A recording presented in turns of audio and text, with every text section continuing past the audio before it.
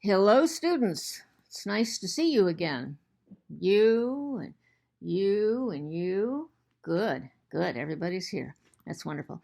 Okay, we're going to continue with the history of print uh, regarding, it is the first, it's recognized as the first mass medium. Um, but before we had print, which came around with the invention of the printing press in 1455 by a German printer named Johann Gutenberg. Um, Monks in scriptoria, um, would reproduce the Bible uh, in monasteries on the hides of animals that was called parchment. They would take the animal, take off the hide, treat the hide in a certain way, dry it, and that's what they would use for their manuscripts. And so this was truly one of the greatest inventions of all time. Gutenberg invented printing with lead, using movable type and pressing oil-based ink on paper with a converted wine press. Now there's an interesting innovation. And of course, the first book that was printed was the Bible. There are some original Gutenberg Bibles around the world. There is a Gutenberg um, museum, which, boy, I would like to see one day. I believe it's in Germany. And unfortunately, having invented the greatest invention of the previous 1,000 years, so in the year 2000, A&E's biography channel named him the most influential individual of the previous 1,000 years. So from the year 1000 to the year 2000, he was greater than sliced bread, as we say. And for hundreds of years, the printing press was the only mass medium. I do want to go back and say a couple of things about smoke signals and the blowing of the ram's horn back in biblical days. The interesting thing about smoke signals that we can trace back to Native Americans and maybe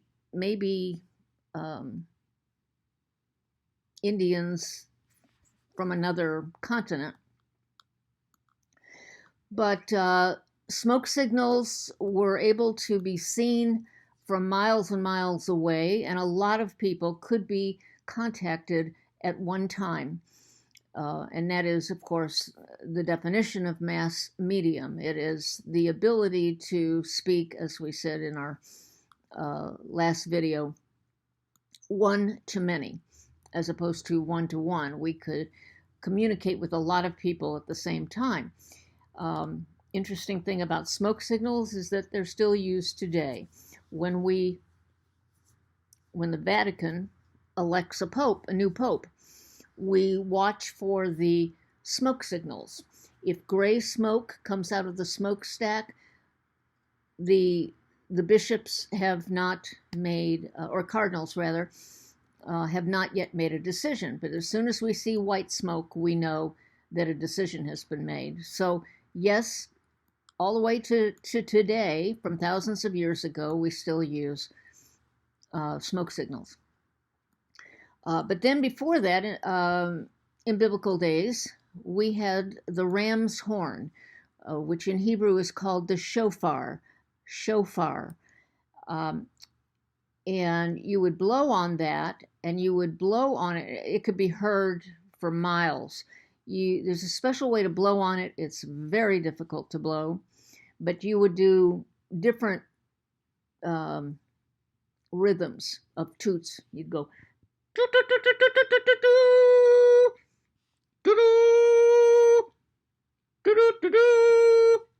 every rhythm means something, and that's how lots of people would be called to join together in worship services.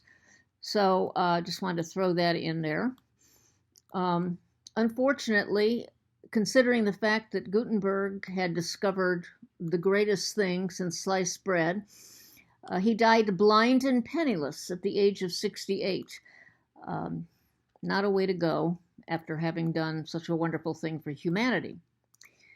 We go on. So, from the Renaissance forward, there was an increase in books available to the public, but most people were illiterate. Most people could not read. Um, we still to this day have a very high illiteracy rate in the United States.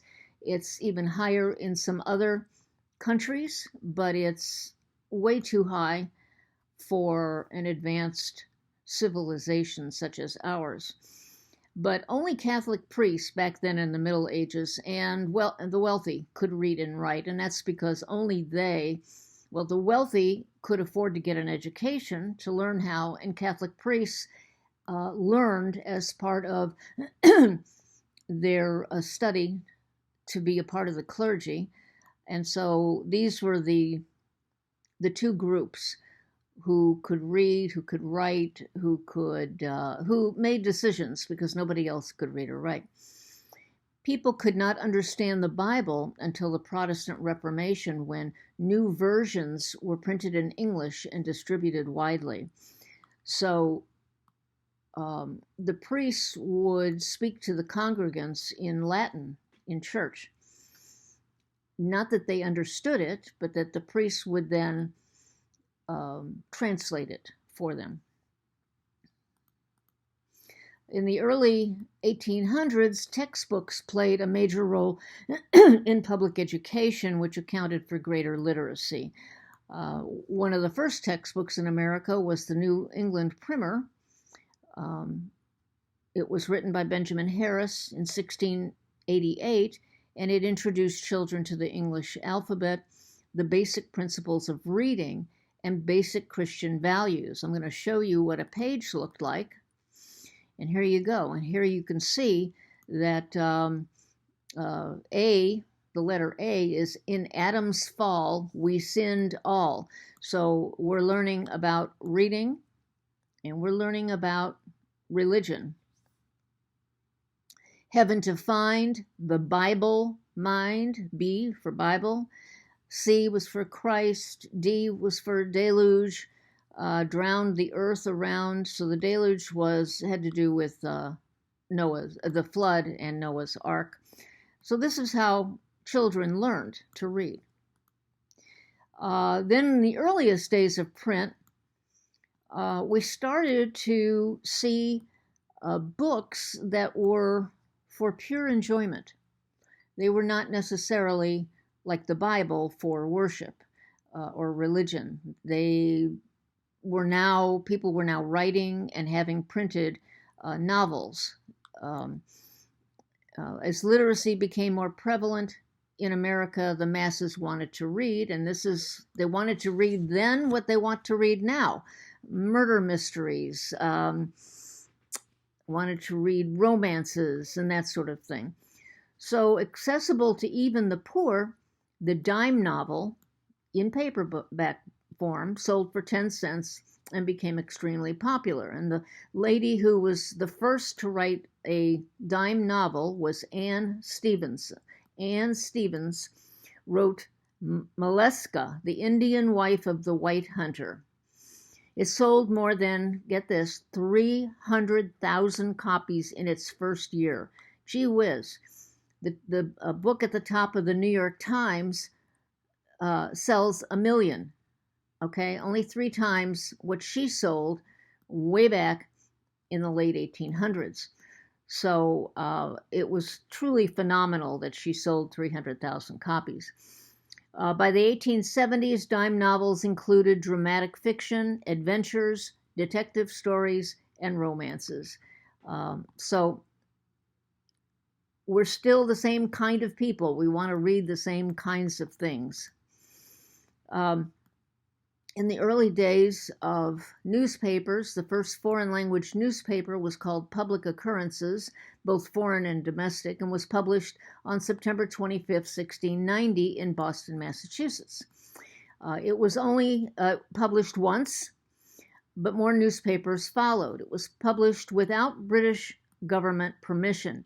The American colonial press took two forms: commercial papers and political papers. So it was not uncommon for somebody to get the idea to publish a newspaper and then have it be published only once. They were expensive. They took a lot of time to write and to set the type, get everything ready to produce. When newspapers started circulating regularly in America, the average cost per issue was 6 cents. Yet that was still a high price because the average worker made only around 85 cents a day. So think about that. They were spending 7% of their salary on the newspaper. Well, let's think today. Today, let's say you make $10 an hour and you work 8 hours. So you make $80 in a day, and 7% of $80 is $5.60. Are you willing to pay $5.60 today for a newspaper? I really doubt it. I seriously doubt it. There aren't any out there that cost that much. So we've done something. We have found a way to cut the cost of newspapers so that they don't cost 7% of our wages.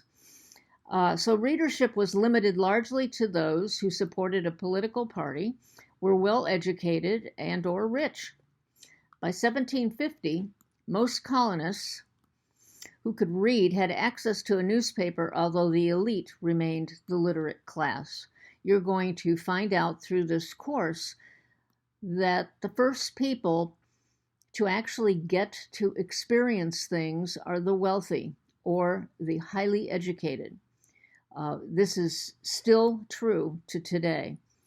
The movers and shakers, the people who got the first Apple Watch, people who got the first computer, people who get the first things that are out on the market are people who can either afford it or people who work at businesses or at jobs that require them to have it, and the company pays for it.